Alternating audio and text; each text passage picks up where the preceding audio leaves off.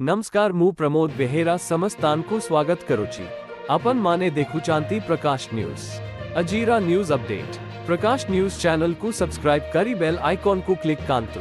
धन्यवाद। पिछले 3 दिनों से इनकम टैक्स डिपार्टमेंट ओडिशा के एक डिस्टिलरी ग्रुप शराब बनाने वाले समूह से जुड़ी अलग अलग कंपनियों पर छापेमारी कर रहा है। छापेमारी के आज तीसरे दिन कैश से भरे 156 बैग बरामद किए गए हैं। Baldev Sahu and group of companies पश्चिमी ओडिशा से ऑपरेट करती है और यह देश की सबसे बड़ी शराब बनाने और बेचने वाली कंपनियों में से एक है।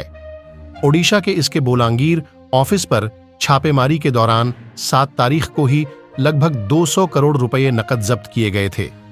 पूर्व आईटी कमिश्नर शरद चंद्र दास ने कहा है कि यह ओडिशा में आयकर विभाग की अब तक की सबसे बड़ी नकदी जब्ती हो सकती है।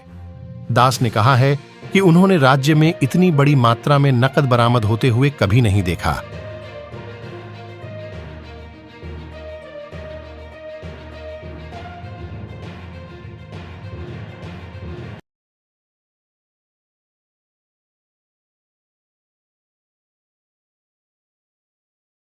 आप देख रहे थे प्रकाश न्यूज।